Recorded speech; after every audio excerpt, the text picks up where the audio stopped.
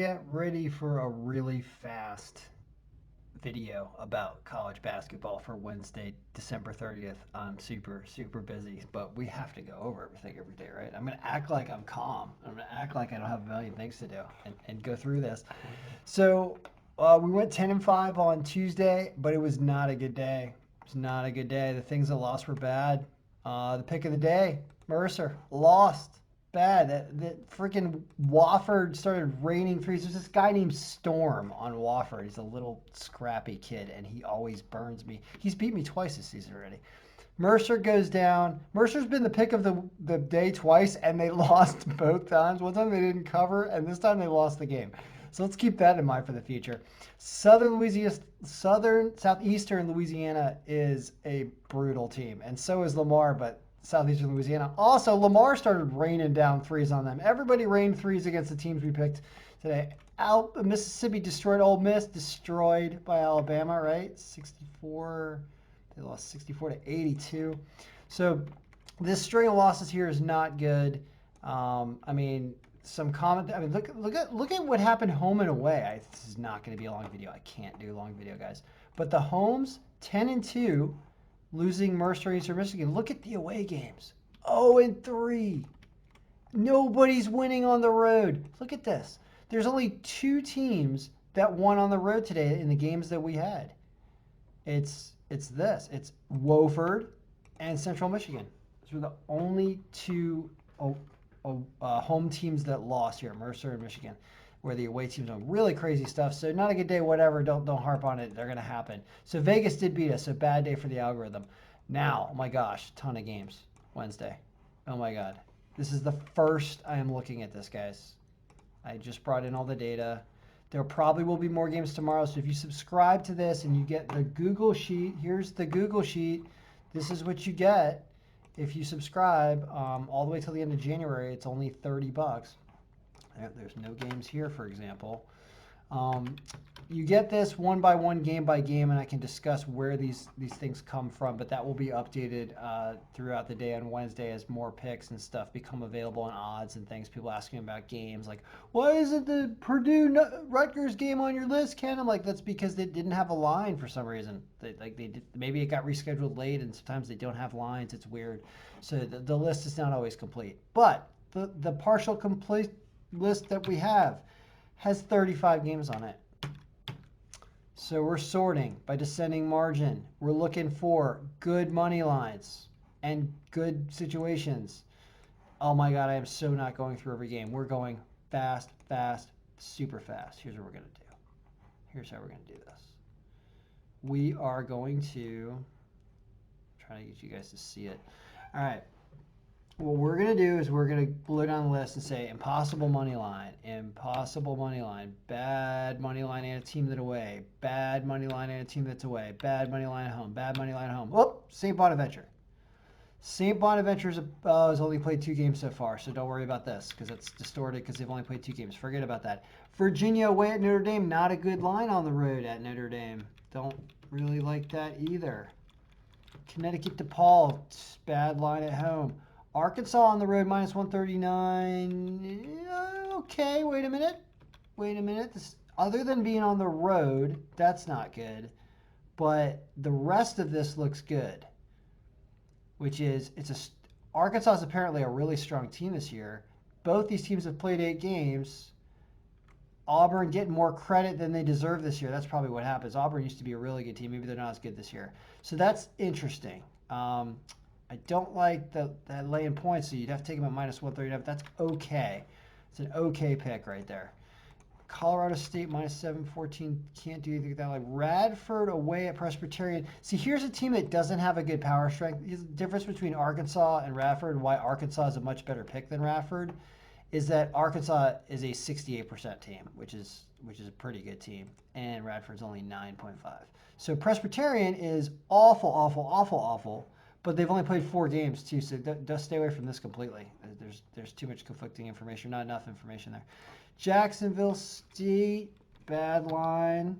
Dayton, bad line. Massachusetts at home against Mason. So here, minus 227 on the money line's okay, and they might win by 5 too. because they are at home. This is a good. This is a good for a parlay or round robin. This money line minus 227 Mass. They're probably going to beat Mason. Mason's not as good as they had been in the past. So yeah, it predicts it in all ways. Mason's only played four, or Mass has only played 4 games, but I like Massachusetts on the money line there. But the line's not great, but it's good enough. Georgia and Mississippi State. Georgia at home, it likes at minus 142. That's pretty good. Point projections are tied.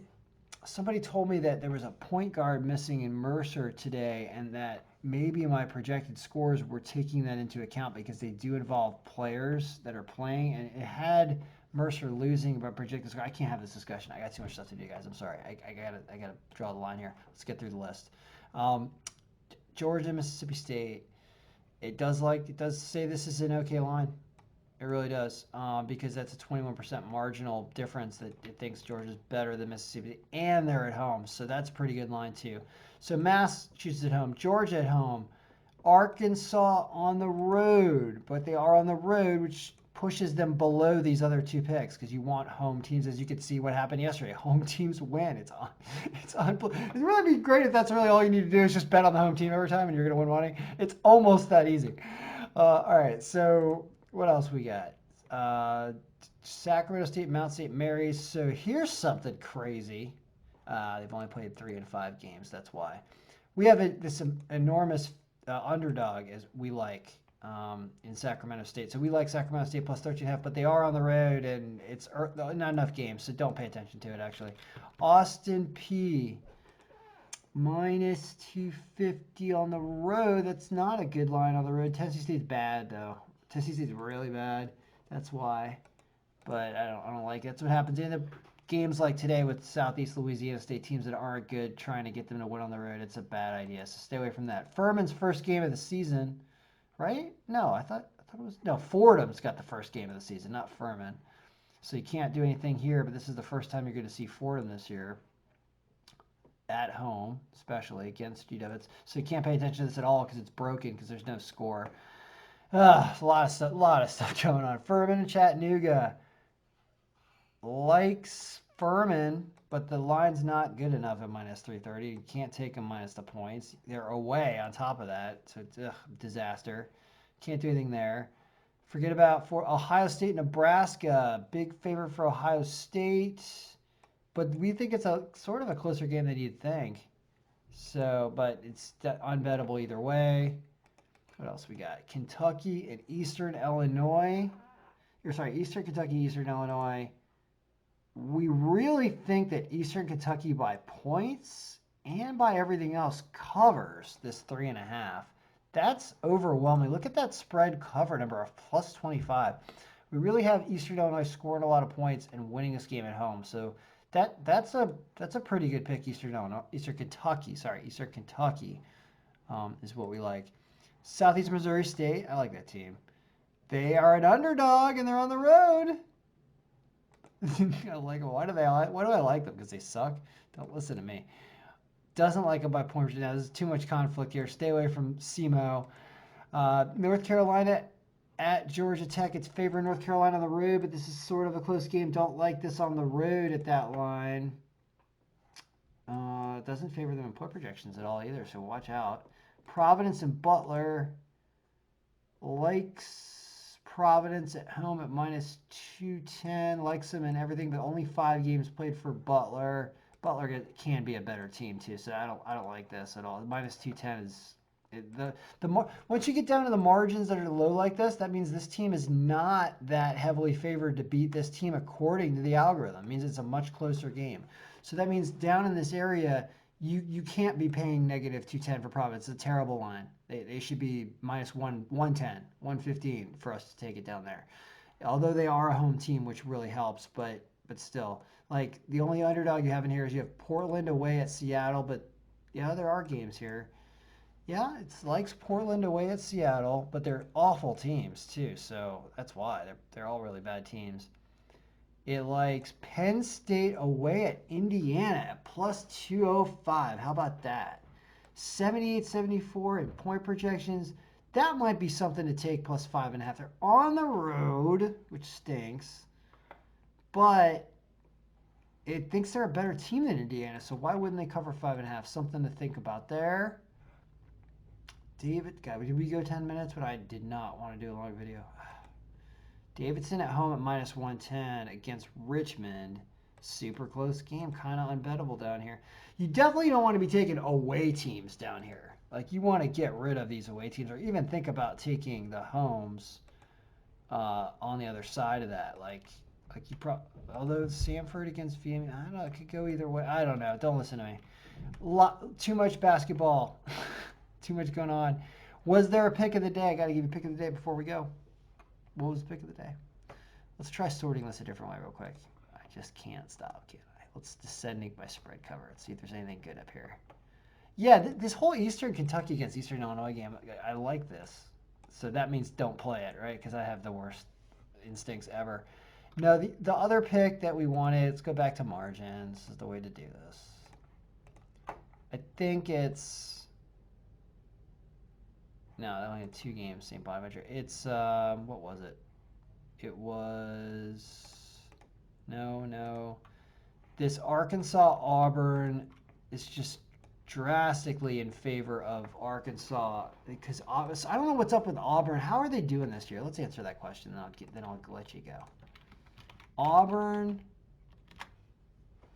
6-2. I don't know why it's saying they're not a good team. Strength of schedule is decent. Arkansas is just that much better. Show me. How good is Arkansas? 8-0. Winning 90-62 on average, but their strength of schedule has been really bad at -6. So that, see, let me show you what happens. I won't stop. Watch what happens when we do this. When we get rid of all this for a second and make the entire thing about strength of schedule. Just like if all we cared about was strength of schedule. Watch what happens. I'm going to update some formulas real quick to show you how you can change this. This is some of the work that I'm going to do on the file in, we need to change this. Ah, damn it. No, actually I can't do this. I could do this, but the margin is going to be different.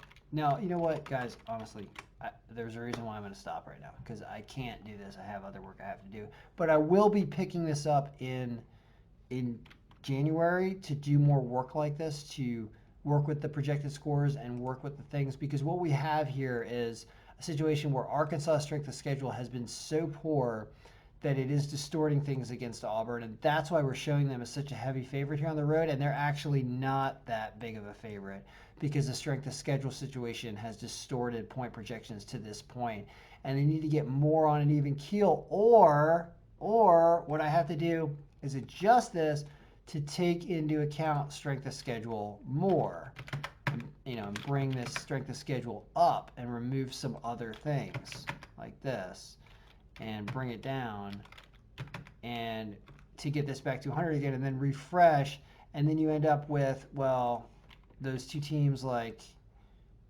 all of a sudden the scores could be a little different, right? Auburn all of a sudden now is a 28% team, and Arkansas is a 37% team. Like, we've totally distorted the whole way that we look at the power percentages and everything, and that's what the real, statistical analysis that goes into figuring out the best optimal percentages here. This distribution that you're seeing is an offshoot of a distribution that I used in the March Madness bracket tournament, predicting the tournament 2 years ago when they had one.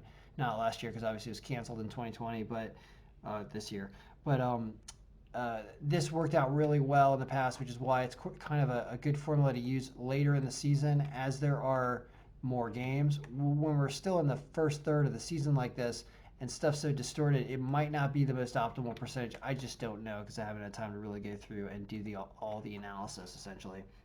But so we're working with the best that we can, but it's early in the season, and we're still doing good, even though I think the last 2 days have been not good. But whatever, you're not going to win every day.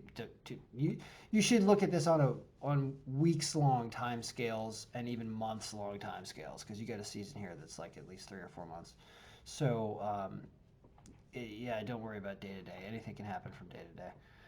So, 15 minutes into this freaking video. Did I give you a pick of the day? Well, it's not Arkansas. Sorry, we're not done with this video yet. It's one of these teams down here.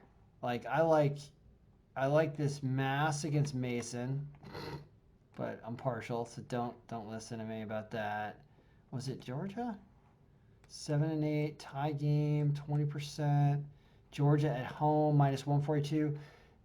That's pretty good. We think they're not going to cover the spread because we think it's going to be a tie. Can I not make a decision? I don't think I'm going to be able to make a decision until tomorrow. I don't know. I don't know what to tell you. Because I want to give you something at home. However, Mercer lost at home today. I mean, people can't lose. We picked off one of the two home teams we chose that didn't win, but I don't know. Yeah, I'm gonna let everybody go. All right. I mean, God. No, I don't want to make a decision. I've got too much going on. Point is hopefully you've learned some ways that you can analyze this information. I don't see one super awesome pick that's poking out at me for the day. Of course, there'll probably even be more games in tomorrow, but there is a huge slate, and I would say looking at a lot of these home teams, you see a lot of home teams in this range at some reasonable lines. I think if you throw a bunch of those together on a round robin, something like that, you're probably going to hit, out of these bottom 8. On average, our home teams, we've been winning, a ton. Like, I'm not going to go back and look at all of it now, but winning like 6, going 6-2 or 7-1 has been very reasonable with our overall home numbers. So I think I see a lot of reasonable home team lines all up in here. So there's like 10 games here where you could throw a bunch of those together on like a 5-6 team round robin. Each of them, you might walk away hitting 5 of those in the middle there. That's probably the best advice I could give to have some fun. I have done some videos on round robins. I could point you to those videos to show you how to bet them and how you can bet a little bit of money and potentially win a lot, or lose a little bit or lose your bet. But they don't have to be enormous bets to get large payouts with round robins and like 5, 6, 7, 8 teams and stuff. Anyway, all right, guys, I got to go. Good luck, everybody. May all our picks be winning.